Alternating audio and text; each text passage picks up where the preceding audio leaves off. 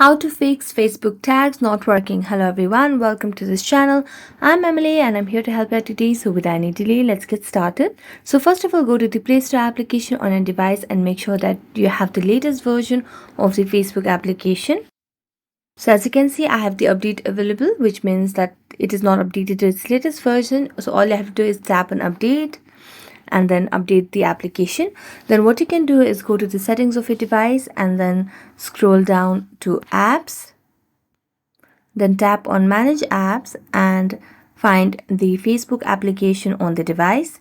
So all you have to do is just scroll down as the app appears on the screen and then clear the cache by tapping on clear data at the bottom right corner of the screen, then clear cache and tap on OK. After that, go back and then go to the settings of your device and then tap on additional settings. Go to the languages input and then tap on manage keyboards. So here, make sure that you have toggled on the Gboard keyboard because this will help you in tagging and fix the issue.